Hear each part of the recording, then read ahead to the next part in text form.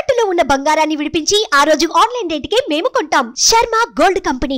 నమస్కారం, welcome to Suman TV. నేను గీతాంజలి. 2025వ సంవత్సరం వచ్చేసింది. మరి ద్వాదశ రాశుల్లో జన్మించిన వారి జాతక ఫలితాలు ఏ విధంగా ఉండబోతున్నాయి? మెరుగైన ఫలితాల కొరకు ఎటువంటి పరిహారాలు వారు చేసుకోవాలి? మంచిగా ఉన్న రాశులు ఏవి, అంటే మంచి ఫలితాలను ఇచ్చేటువంటి రాశులు ఏ ఉన్నాయి, అలాగే చెడు ఫలితాలు ఏ రాశులు వారు అందుకోబోతున్నారు, ఈ వివరాలన్నీ ఇవాళ వీడియోలో నేను మీకు వివరిస్తాను. వివరించేందుకు ప్రస్తుతం మనతో పాటు ఉన్నారు ప్రముఖ జ్యోతిషులు బ్రహ్మశ్రీ నందిబట్ల శ్రీహరి శర్మ గురువు గారు. వారితో మాట్లాడదాం. గురుగారు నమస్కారం అండి.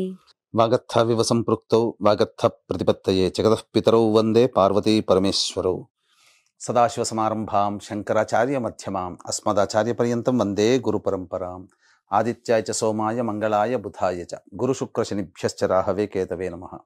శృంగేరి జగద్గురు పీఠాధిపతులకి, కంచి పీఠాధిపతులకి నమస్కారములు తెలియచేసుకుంటూ కార్యక్రమాన్ని ప్రారంభిద్దాం. వీక్షించేటువంటి సుమన్ టీవీ ప్రేక్షకులకి గమనిక, ఇప్పుడు మనం చెప్పుకోబోయేటువంటి రాశి ఫలాలు ఏవైతే ఉన్నాయో అవన్నీ కూడా ఆంగ్ల నూతన సంవత్సర గమనాన్ని దృష్టిలో పెట్టుకొని జనవరి 1వ తారీఖు నుంచి డిసెంబర్ 31వ తారీఖు వరకు మాత్రమే ఉన్నటువంటి గ్రహాల స్థితిగతులను బట్టి వివిధ రాశుల వారికి ఏ విధంగా ఉండబోతుందో తెలుసుకుందాం.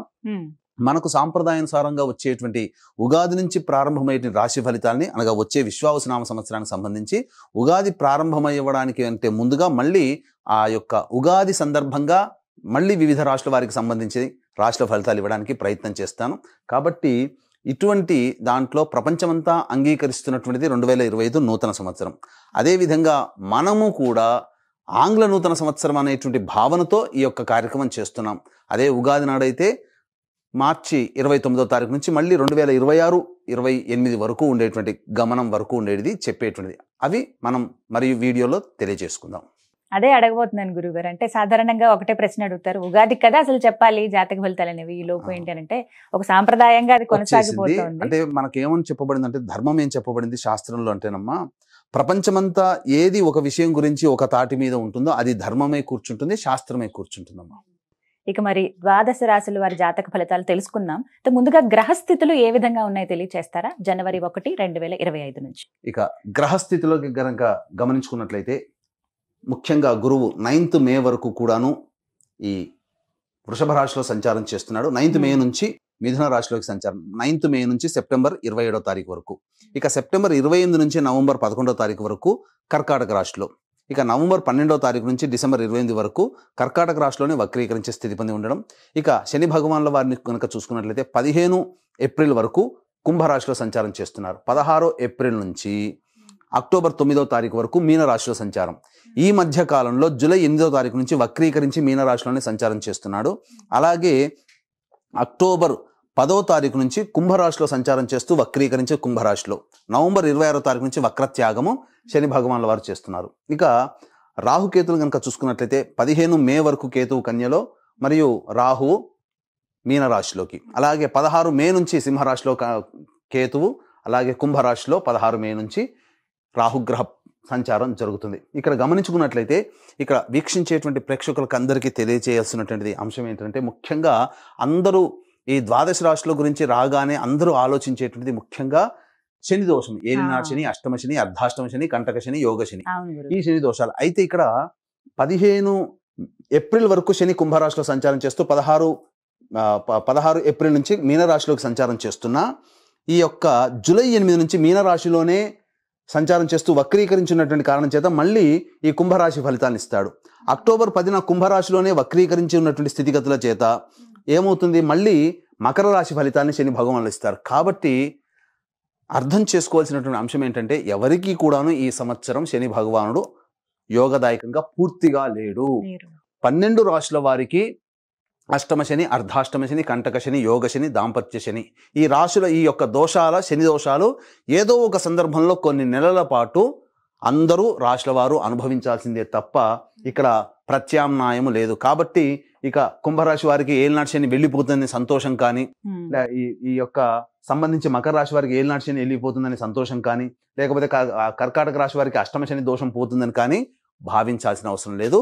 వృశ్చిక రాశి వారికి అర్ధాష్టమ శని దోషం పోతుందని కూడా భావించాల్సిన అవసరం లేదు. ఎందుకంటే శని మళ్ళీ రుజుమార్గంలో వెళ్ళి మళ్ళీ వక్ర మార్గం చేత వక్రగతిన సంచారం చేస్తున్నటువంటి కారణం చేత 12 రాశులు శని ప్రభావానికి గురవుతాయి. కాబట్టి ఈ సంవత్సరం అన్ని రాశుల వారు శని దోష పరిహారములు ఖచ్చితంగా చేసుకోవలసినదే, అందులో సందేహం లేదు. మరి 2025వ సంవత్సరానికి గ్రహస్థితులు ఎలా ఉన్నాయో చెప్పారు.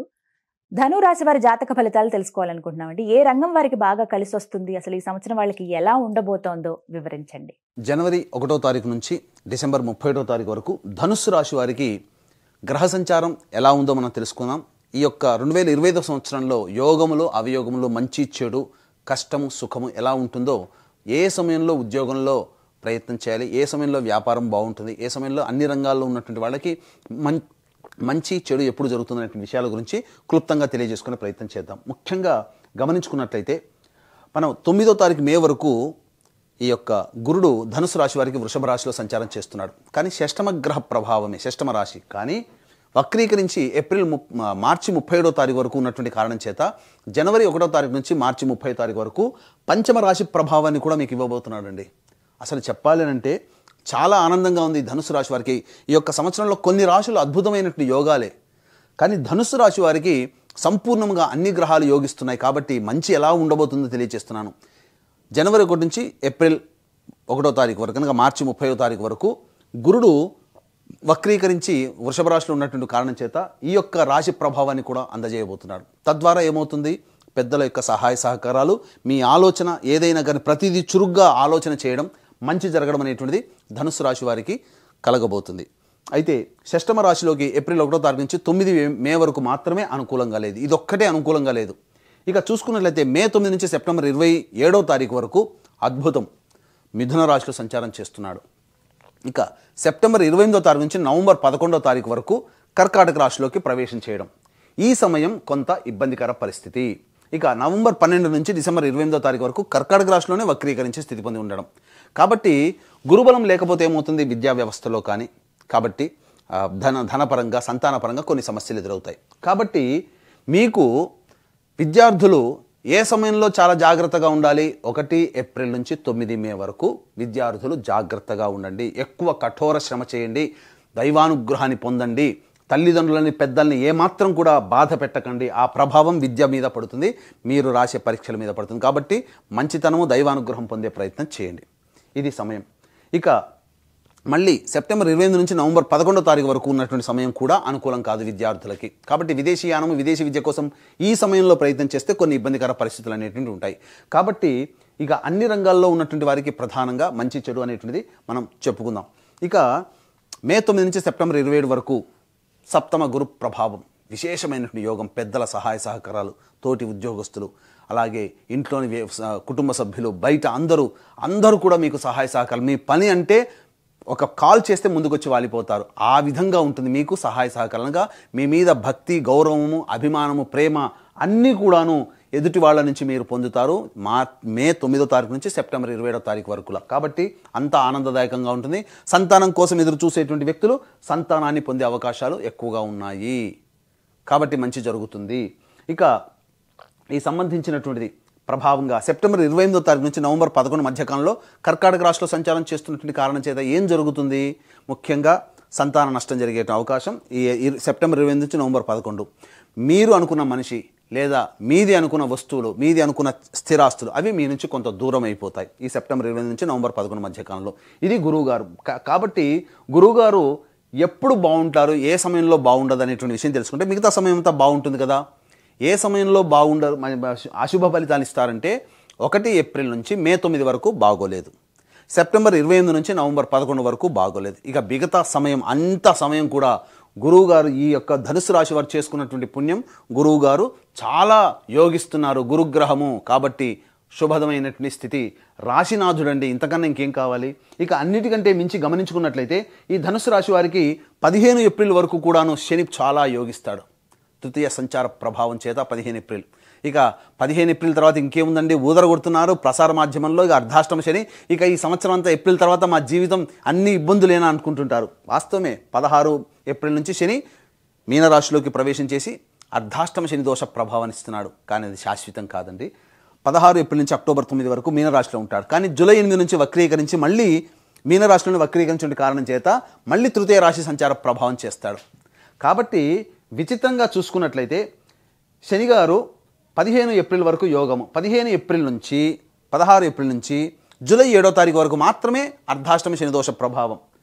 కానీ రాహు ఇక్కడ 16 మే నుంచి యోగదాయకంగా ఉన్నాడు. కాబట్టి ఒక రకంగా చెప్పాలంటే అసలు ఈ యొక్క ధనుస్సు రాశి వారికి 16 మే నుంచి చెప్పాలంటే 16 మే నుంచి రాహువు, శని, గురువు ఇక ముగ్గురు కలిసి మిమ్మల్ని పరిగెత్తిచ్చేస్తారు. అన్ని విధాలుగా యోగదాయకంగా ఉంటుంది. ఇక అసలు పట్టిందల్లా బంగారం అన్నట్టుగా ఉంటుంది 16 మే నుంచి ఎప్పటి వరకు, ఈ యొక్క జూలై 8వ తారీఖు వరకు. అద్భుతం. 16 మే, జూన్, జూలై అంటే దగ్గర దగ్గర 80 రోజుల వరకు కూడాను యోగదాయకంగా ఉంటుందండి. గురువు, శని, రాహుల యొక్క ప్రభావం ఈ సమయంలో చక్కగా అన్ని రకాలుగా యోగదాయకంగా ఉంటుంది. ఇక అక్టోబర్ 10 నుంచి విచిత్రం ఏంటంటే ధనుసు రాశి వారికి అక్టోబర్ 10 నుంచి కుంభంలోని వక్రీకరించిన కారణం చేత కుటుంబ శని దోషం అనగా ఏలిన నాటి శని దోషం పోయింది అని అనుకుంటున్నారు కదా. 3 సంవత్సరాల కిందంటే పోయిందని ఇంకా మనకు లేదు, హ్యాపీ, ఏలినాటి శని పోయింది ధనుసు రాశి అనుకుంటారు. కానీ అక్టోబర్ 10 నుంచి మళ్ళీ విచిత్రంగా నవంబర్ 26వ తారీఖు వరకు కూడా ఏలినాటి శని దోష ప్రభావానికి కొంత గురవుతారు. కాబట్టి ఈ చెప్పినటువంటి సమయంలో శని ప్రభావం నుంచి బయటపడడం కోసం కొన్ని పరిహారాలు పాటించుకుంటే దైవానుగ్రహాన్ని పొందే ప్రయత్నం చేస్తే చాలా చక్కగా ఉంటుంది. ఇక ముఖ్యంగా గమనించుకున్నట్లయితే ఈ యొక్క ధనుసు రాశిలో జన్మించినటువంటి కేంద్ర రాష్ట్ర ప్రభుత్వ ఉద్యోగస్తులు అలాగే ప్రైవేట్ రంగంలో ఉన్నటువంటి ఉద్యోగస్తులకి అద్భుతమైనటువంటి యోగదాయకమైనటువంటి కాలంగా ఉంటుంది. మీకు నిరుద్యోగస్తులకి ఉద్యోగం లభిస్తుంది. ప్రమోషన్స్తో కూడుకున్నటువంటి బదిలీలు జరుగుతాయి. కోరుకున్న చోటికి బదిలీలు జరుగుతాయి. అలాగే ఉద్యోగము భద్రత పెరుగుతుంది. అయితే ఇక్కడ ప్రధానంగా గవర్నమెంట్ ఉద్యోగస్తులకైతే మనం చెప్పుకోదగినటువంటి ఏమీ లేదు, ప్రమోషన్స్ వస్తాయి కాబట్టి హ్యాపీ లైఫ్. కానీ ప్రైవేట్ ఉద్యోగస్తులకి ఎలా ఉండబోతుంది? ఎందుకనంటే నిరుద్యోగస్తులకి ఎప్పుడూ సంవత్సరం అంతా ఉద్యోగం లభించే అవకాశం ఉంటుందా, లేదా చేస్తున్నటువంటి సంస్థల్లో కనుక మీరు ఉద్యోగం చేస్తుంటే మీకు మార్పు కావాలని కోరుకుంటారు. మరి ఏ సమయంలో మార్పు చేసుకుంటే మనం చేసినటువంటి ప్రయత్నం ఫలిస్తుంది అనే విషయంలో కొన్ని టైమింగ్స్ జోన్స్ అనేటువంటి మీకు తెలియజేయడం జరుగుతుంది. ఆ టైం జోన్లో మీరు కొత్త ఉద్యోగం కోసం కానీ ఉన్న ఉద్యోగం నుంచి వేరే సంస్థల్లోకి ప్రయత్నం కానీ చేసినట్లయితే మంచి జరుగుతుందని చెప్పవచ్చు. ఫిబ్రవరి 11 నుంచి మార్చి 13వ తారీఖు ఉన్నటువంటి మధ్యకాలము, అలాగే మే 13 నుంచి జూన్ 14వ తారీఖు ఉన్నటువంటి మధ్యకాలము, అలాగే సెప్టెంబర్ 16 నుంచి నవంబర్ 15వ తారీఖు మధ్య ఉన్నటువంటి కాలము సమస్త విధాలుగా ప్రైవేట్ సంస్థల్లో పనిచేసేటువంటి వాళ్ళకి ఉన్న ఉద్యోగం నుంచి వేరే ఉద్యోగం మార్పుకి లేదా నిరుద్యోగస్తులకి ఉద్యోగం లభించడానికి అనుకూలమైనటువంటి సమయంగా చెప్పవచ్చు. ఇక ఈ యొక్క ధనుసు రాశిలో జన్మించినటువంటి రాజకీయ రంగంలో ఉన్నటువంటి వాళ్ళకందరికీ కూడాను అద్భుతమైనటువంటి ఫలితం మీకు చెప్పాను కదా. జూలై 8వ తారీఖు నుంచి అక్టోబర్ 10వ తారీఖు వరకు గురువు, శని, రాహువు ఈ 3 గ్రహాలు యోగించినటువంటి కారణం చేత మీకు ఆ సమయంలో జూలై 8 నుంచి అక్టోబర్ 10 మధ్య కాలంలో అనగా ఆగస్టు, సెప్టెంబర్, అక్టోబర్ 3 నెలలు, ఈ 3 నెలల మధ్యకాలంలో మీరు ఏదైనా ఎన్నికల్లో పోటీ చేస్తే విజయం మీదే.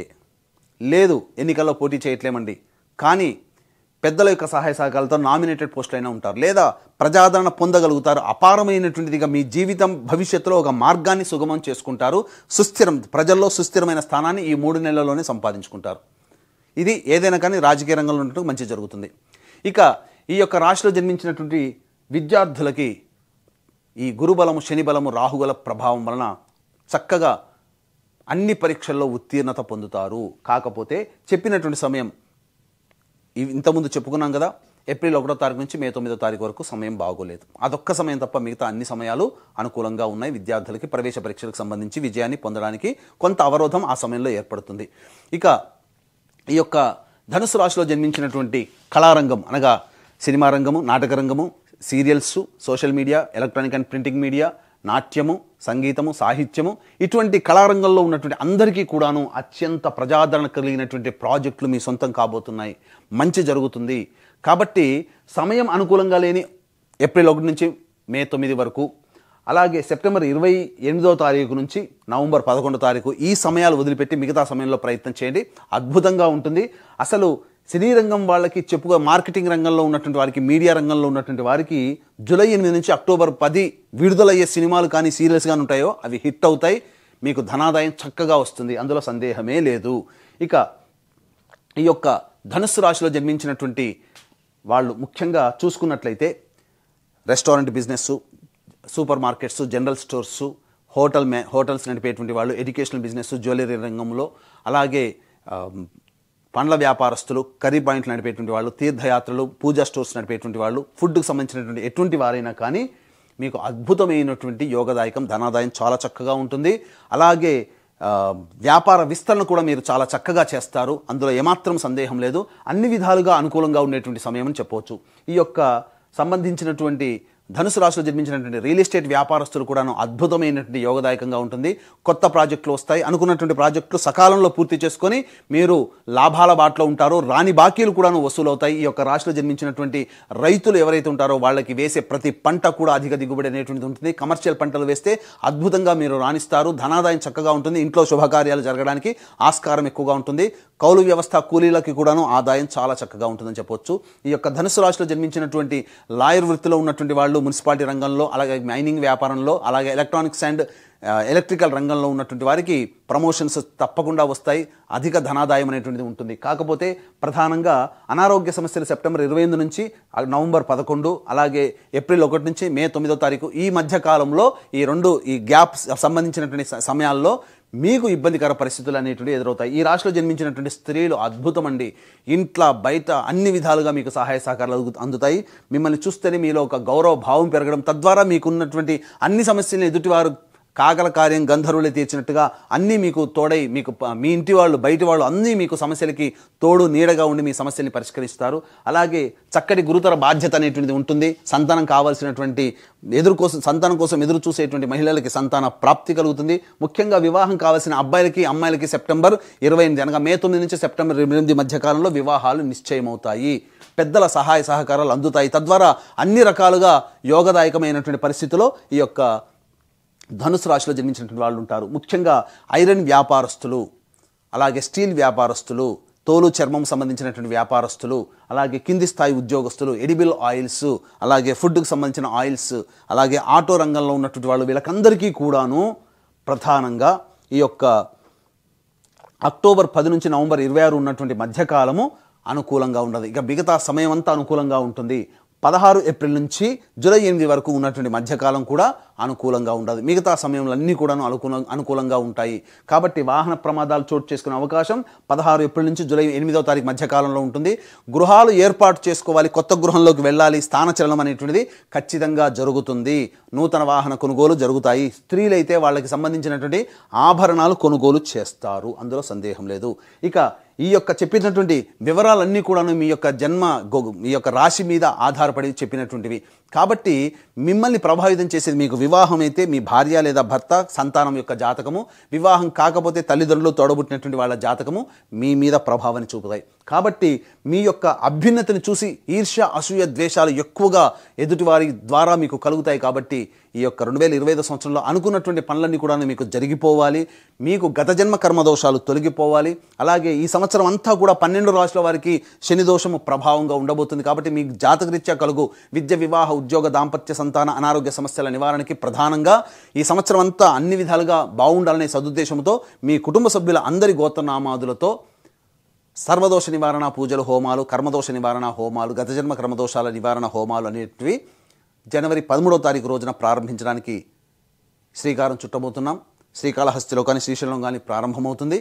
ఆ విధంగా ప్రారంభమైన ధర్మెల ప్రతి నెల ఒక్కొక్క పుణ్యక్షేత్రంలో ఈ యొక్క సర్వదోష నివారణ పూజలు, హోమాలు అనేటువంటి జరిపించడం జరుగుతుంది. వాటి వివరాలు కార్యక్రమ తంత్రంతో కాంటాక్ట్ చేసి రిజిస్ట్రేషన్ వివరాలు తెలుసుకోవచ్చు. అలాగే తండ్రి వైపు, భర్త వైపు 6 తరాలు, తల్లి వైపు, భార్య వైపు 3 తరాల్లో కుటుంబంలో ఏవైనా దుర్మరణాలు ఉన్నా, అలాగే కుటుంబ సభ్యులు liver problem, kidney problem, cancer రోగాలతో మరణించిన, 60 సంవత్సరాల లోపల ఏ విధంగానైనా సభ్యులు చనిపోయినా వాటన్నిటిని కూడా పితృదోషాలు అంటారు. కాబట్టి ఇటు పితృదోష పరిహారార్థమై ప్రతి నెల ఒక్కొక్క రోజున నిజాయితీగా పితృదోష నివారణ కార్యక్రమాలు చేయించడం జరుగుతుంది. ధనుసు రాశి వారి జాతక ఫలితాలు ఏ విధంగా ఉన్నాయో చెప్పారు. ఇంకాస్త మెరుగైన ఫలితాలు వాళ్ళు పొందాలంటే గనక ఎటువంటి పరిహారాలు చేసుకుంటే మంచిదో తెలియచేస్తారా గురువుగారు? ఈ యొక్క ధనుసు రాశిలో జన్మించినటువంటి వారు సమస్యల నుంచి బయటపడాలనేటువంటిగా ఉద్దేశంతో ఎటువంటి పరిహారాలు చేసుకోవాలి? వీలు కుదిరినప్పుడల్లా దుర్గాదేవి దేవాలయాన్ని సందర్శనం చేసుకోవడం, అలాగే విష్ణు దేవాలయానికి సందర్శనం చేసుకోవడం, ఆదివారం నాడు మాంసాహారం నిషేధం చేయడం, అలాగే ప్రతిరోజు కూడాను రుద్రకవచ పారాయణం రోజుకి 5 సార్లు పారాయణం చేయడం, ఇవన్నీ కనుక చేసినట్లయితే అద్భుతంగా మీకు మంచి జరుగుతుంది. దీనికి విభిన్నంగా మీ జీవితం ఉన్నదనంటే మీ యొక్క జాతకంలోని నడిచేటువంటి గ్రహ దశాంతర దశల ప్రభావాలు. కావున దగ్గరలోని మంచి ఉపాసనా పొరలైనటువంటి జ్యోతిష్యుల్ని సంప్రదించి వారి సలహాలు, సూచనలు కనుక పాటించినట్లయితే మరింత మెరుగైన జీవితాన్ని పొందుతారని తెలియజేస్తూ సర్వం శ్రీ ఉమామహేశ్వర పరబ్రహ్మార్పణమస్తు. చాలా చక్కగా వివరించారండి. ధన్యవాదాలు.